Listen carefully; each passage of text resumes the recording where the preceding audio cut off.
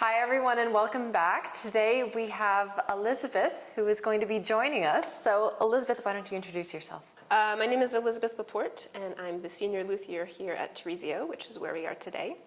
In my job here, I work with the clients of Tarisio, so a lot of musicians who come in and need basic maintenance, repair services.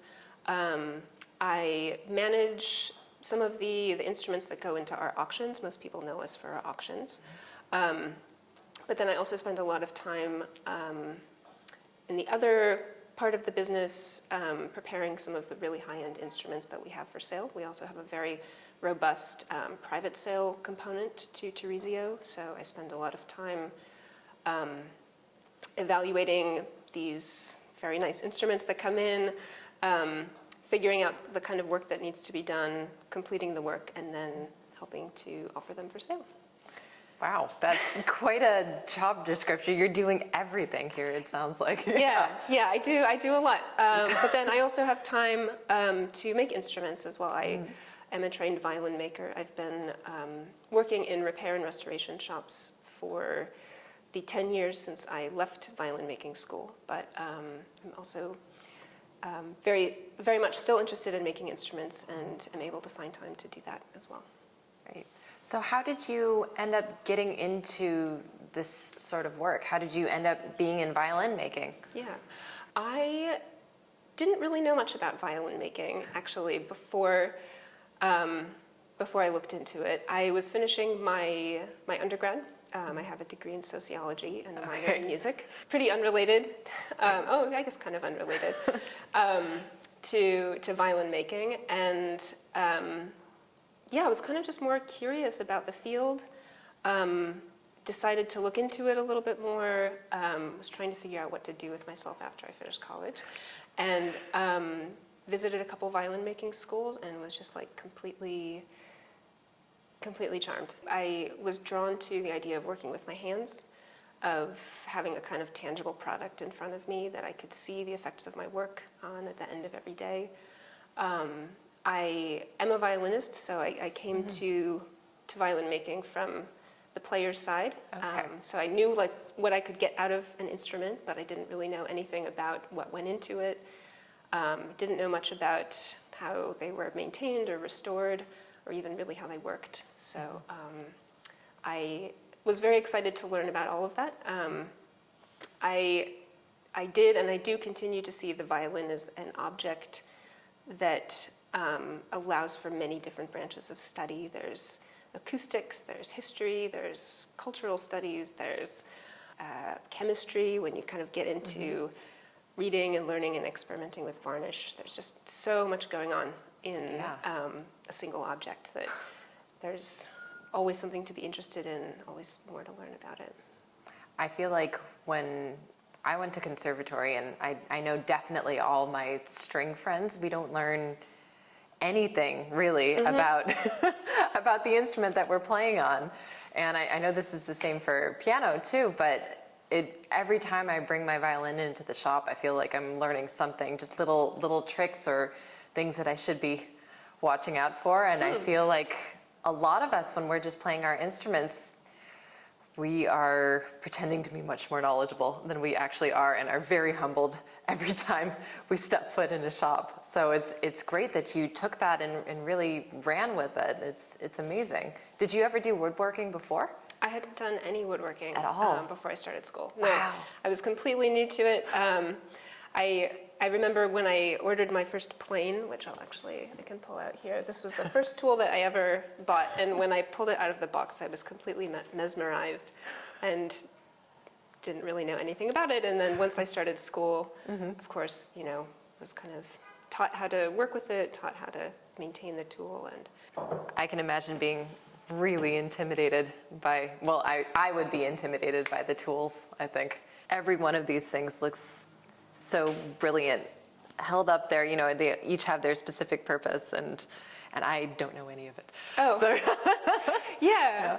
I mean, certainly, starting in a violin making school, some of the students had background in, carpentry, or some of them had done guitar making before. Okay. But most of the students hadn't done any kind of woodworking. So we're all kind of thrown in together. Okay, you're all in the deep end at the same time. All right, okay, Yeah. that makes Get sense. instructions about how to sharpen and how to refurbish tools if that's something that students are interested in. So, yeah. Right. How do you decide which instrument you're going to be focusing on? So in school, so there are 3 violin making schools in the U.S. Okay. One in Salt Lake City, one in Chicago, and then one in Boston. And all 3 of those schools offer training in building violins, violas, and cellos, because those are all essentially the same skill set, it's just a difference of scale. Okay. So in school, I think for most of these, within most of these 3 schools, the emphasis is mostly on making violins, but then when I was in school, we were required to make a viola, so I made 2 violas, and then we had the option of making a cello, which I decided not to do. For me, I mostly make violins. It's kind of easier to do in New York City. There's limited space, limited workspace and storage space. Right. So that's a consideration. But yeah, I mean, some of my colleagues, my Luthier colleagues, specialize in mostly making cellos, and then they'll occasionally make a violin, or Right. just. It's like doing a chamber music credit for conservatory, doing a viola, I mean. Oh, yeah. It feels that way. Yeah. You're required to make a viola. Yeah, gotta check the box. Yeah, right. Yeah. So do you have a maker that you really enjoy their work or that you like to emulate the most? The answer is sort of. The way that I work and the way that I have tended to approach making instruments is that when I come across a violin that I really like, and I think it'll be around for a while, like sometimes there's very nice violins here at Tarisio, I'll just decide to make a copy of it. So Nice. that's tended mostly towards Cremonese makers, but not Stradivari or Del Gesù. I am currently working on a copy or a violin inspired by Carlo Bergonzi. We have had a very nice Carlo Bergonzi here for a while. I have made copies of instruments by Lorenzo Storioni, who is another Cremonese maker, as well as Hieronymus Amati II, also in Cremona. So, yeah, I mostly get inspired by instruments, like kind of individual instruments, not necessarily an individual maker, but if a really incredible instrument crosses my bench, I'll make a copy if I can. So you kind of get to know these instruments in a really personal way, that way, right? When you're making a copy of it, every little grain in there. Yes, right? you get to know the instrument very well, which is also very exciting to me. When I'm making a copy of an instrument, I'll start by taking as many measurements as I can think of for the particular violin, and work with photographs, work with the object in front of me.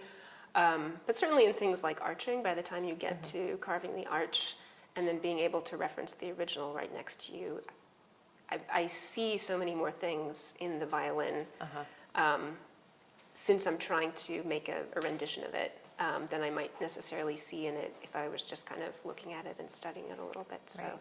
yeah, it's cool. And then for me, that also helps me eventually recognize instruments like other instruments by the maker too, Right. Because it just really like locks in the shapes and yeah. Wow, that's really cool. It's like learning a piece for us. Spending a year just like learning one sonata. Yeah. Same sort of thing. Yeah, and then probably once you learn say like a Mozart sonata, you hear some other Mozart sonata and you can instantly identify that exactly. it's a piece. Yeah, that's really cool. I never thought about it that way, but it's how they used to have composers learning their scores, studying how to compose just by copying other people's scores. Oh, sure. Yeah, Yeah. painstakingly, same thing. Very cool. What sort of wood do you like to use when you're making your instruments? So 99% of violins, violas, and cellos are made with a spruce top, and then maple is used for the ribs, the back, and the scroll. Sometimes luthiers making violas or cellos will use alternative woods like poplar or willow for the sides and the back, but almost all violins are made with maple for the back. So yeah, Wow. I stick to that. So why do you use spruce on the top and maple on the back and the ribs? Is there a specific reason, or is it just tradition? It's mostly tradition, but we use spruce because it's lightweight and strong, and we use maple because it is a tone wood. So if you ever knock on a piece of maple, you can hear a kind of ringing sound to it. There are other kinds of wood as well that are tone woods, like I mentioned, poplar, willow, walnut. But there is something about maple as a tone wood that does lend a distinctive kind of sound to what we think of the sound of the violin being.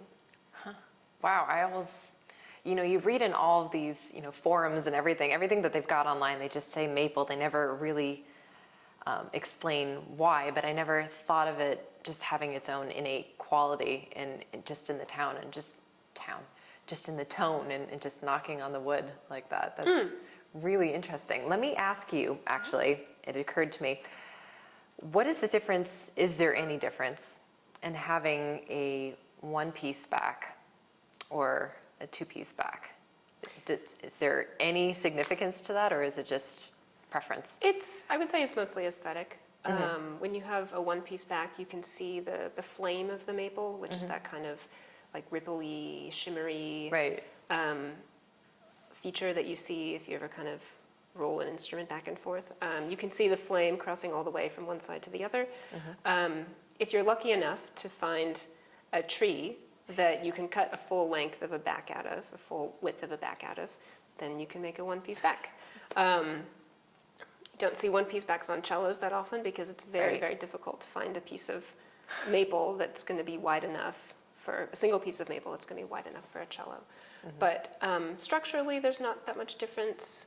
Every time I make an instrument and any luthier is making an instrument, they're kind of receiving feedback from the wood as they go along. So there are some decisions that you make in advance about things like thicknesses or shapes. But of course, as you're going along, there are different ways that you're checking the piece of wood to decide basically when to stop carving. So sometimes with a one-piece back, you might end up with something a little bit thicker, just to help prevent it from warping. But yeah, otherwise there's not really that much of a difference. Wow, okay. So making an instrument versus restoration, are those two very different skill sets, or do they kind of go hand in hand? Yeah, there's definitely a different